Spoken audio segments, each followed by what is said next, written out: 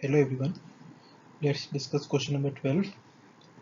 Given in the question are some values, that is the capacitance of parallel plate capacitor, that is 90 picofarad, the battery, that is of 20 volt.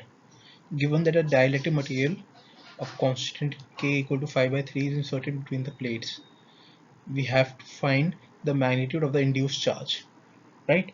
So we'll see to it how.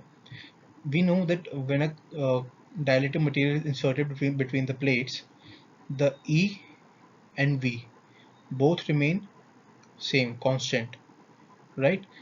That means the charge on the plates is C naught V, original charge, before the constant was inserted, right? Q naught is equal to C naught V.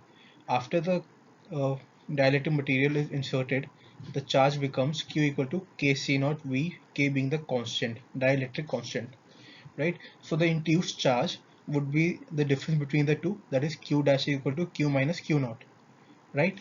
So when we subtract these two equations from each other, we get this C naught V into K minus 1.